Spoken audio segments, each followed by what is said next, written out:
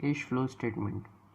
ये एक ऐसा स्टेटमेंट है जो बताता है कि साल भर के अंदर हमारे कैश और कैश इक्विवेलेंट में कितना चेंजेस आया हुआ है ना। इसके लिए हम क्या करने वाले हैं, हमारी सारी बिजनेस एक्टिविटीज़ को 3 अलग अलग कैटेगरीज में डिवाइड करने वाले हैं।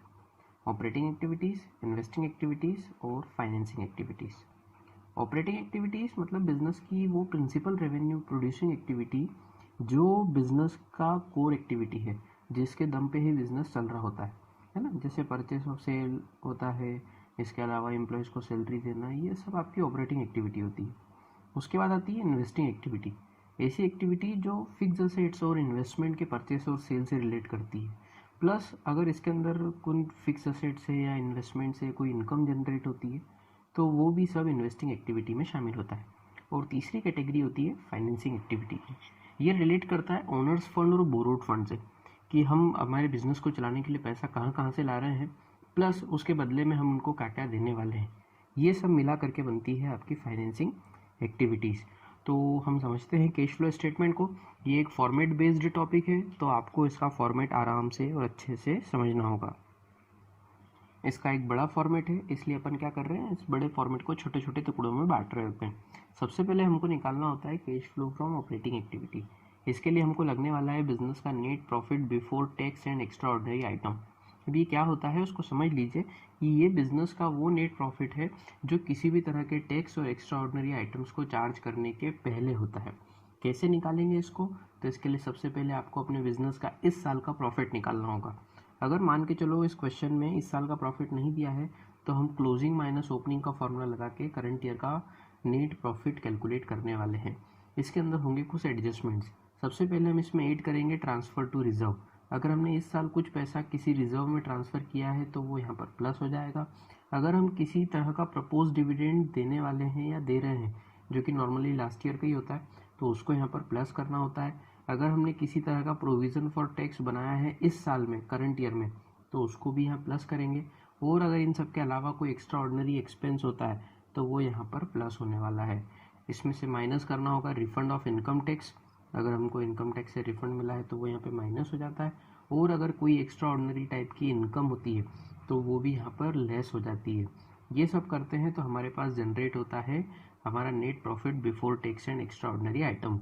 इसमें करने होंगे हमको कुछ एडजस्टमेंट, उनको बोलते हैं adjustments for non cash and non operating items.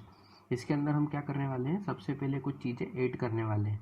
ऐसी चीज़ें ऐड कर रहे हैं जो बिज़नेस के लिए एक्सपेंस है लेकिन वो या तो कैश में नहीं है या फिर वो ऑपरेटिंग नेचर की नहीं है। जैसे डेप्रिसिएशन, अमोर्टाइजेशन, बैंक ओवरड्राफ्ट पे इंटरेस्ट, डिवेंचर पे इंटरेस्ट या फिर असेट्स को सेल करने पे हुआ लॉस। ये सब चीज़ें हम करने वाले हैं प्लस।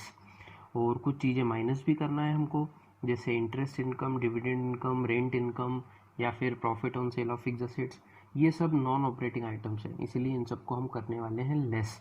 इतना प्लस माइनस करने के बाद हमारे पास आता है operating profit before working capital changes.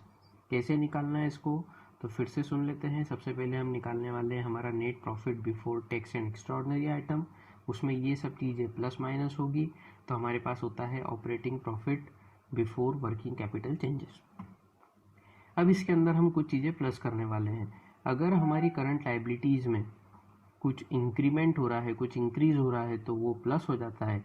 लेकिन अगर करंट असेट्स में कुछ डिक्रीज़ हो रहा होता है तो वो प्लस होता है ना। और इसी का उल्टा भी होने वाला है। अगर हमारी करंट असेट्स में इंक्रीज़ होगा तो वो माइनस होगा और करंट लाइबिलिटीज़ में डिक्रीज़ होगा तो वो माइनस होगा। इन पॉइंट्स को सॉल्व करने के बाद हमारे सामने आता है हमारा कैश जनरेटेड फ्रॉम ऑपरेशंस। इस कैश जनरेटेड फ्रॉम ऑपरेशन में से हमने अगर कोई इनकम टैक्स पे किया है तो वो माइनस करना होगा।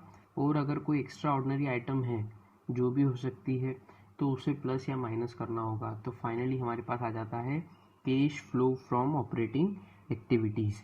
यहाँ पर हमारा एक पार्ट कंप्लीट हो जाता है ऑपरेटिंग एक्टिविटीज़ वाला। फिर आता है सेकंड पार्ट जो होता है cash flow from investing activity से।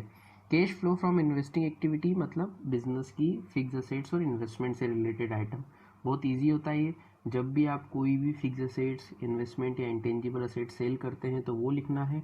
और अगर किसी तरह का इंटरेस्ट, डिविडेंड या रेंट रिसीव हुआ है तो वो भी इसमें प्लस कर देंगे। लेकिन अगर किसी तरह की फिक्स असेट्स, इन्वेस्टमेंट, या इंटेंजिबल असेट परचेस की है तो वो यहाँ से करना होगा माइनस। फाइनली हमारे पास आ जाता है हमारा cash flow from investing activity. Then आता है हमारा नेक्स्ट पार्ट, वो है cash flow from financing activity. इसमें हम कुछ चीज़ें प्लस कर रहे हैं, बहुत इजी टर्म से ध्यान से देखते चलिएगा। सबसे पहले अगर हमने शेयर या डिवेंचर इशू किए हैं तो वो प्लस होंगे, अगर कोई लोन लिया है तो वो प्लस होने वाला है, अगर हमारे बैंक ड्राफ्ट में ओवरड्राफ्ट में इंक्रीमेंट हुआ है तो वो प्लस होने वाला है, और इन सबका उल्टा अगर हमने डिवेंचर या प्रेफरेंस शेयर रिडीम किए हैं तो वो माइनस होगा, अगर हमने लोन का रीपेमेंट किया है तो वो भी माइनस होगा, और अगर हमने साल भर में किसी तरह का डिविडेंड पे किया है तो वो भी यहाँ पर माइनस होने वाला है, इंटरिम डिविडेंड दिया है तो वो भी माइनस होगा, पेमेंट ऑफ इंटरेस्ट ये सब माइनस होंगे। एंड फाइनली अगर हमारे बैंक ओवरड्राफ्ट में किसी तरह का डिक्रीज होता है तो वो भी यहाँ पर माइनस हो जाएगा। इतना सब प्लस माइनस करते हैं तो फाइनली हमारे पास आ जाता है हमारा cash flow from financing activities. Next part होता है फाइनल पार्ट। इसको करने के लिए हमको तीनों तरह की एक्टिविटीज़ के कैश फ्लो को प्लस करना होगा, ऑपरेटिंग एक्टिविटी, फाइनेंसिंग एक्टिविटी और इन्वेस्टिंग एक्टिविटी। इन तीनों को प्लस करने पर हमारे पास जो वैल्यू आएगी उसको बोलते हैं हम नेट इंक्रीज और decrease in cash and cash equivalent. इसके अंदर हम प्लस करने वाले हैं इस साल का जितना कैश था स्टार्टिंग ऑफ द ईयर में वो, तो हमारे पास आ जाता है हमारा closing cash and cash equivalent का बैलेंस। यहाँ पर कैश एंड कैश इक्विवेलेंट का मतलब होता है cash, bank, short term deposits, current investments और मार्केटेबल सिक्योरिटी। एक बार फिर से पूरे फॉर्मेट को ध्यान से पढ़ें, और अगर वीडियो अच्छा लगता है तो लाइक, शेयर और कमेंट करें, और साथ ही हमारे चैनल को सब्सक्राइब करें। Thank you.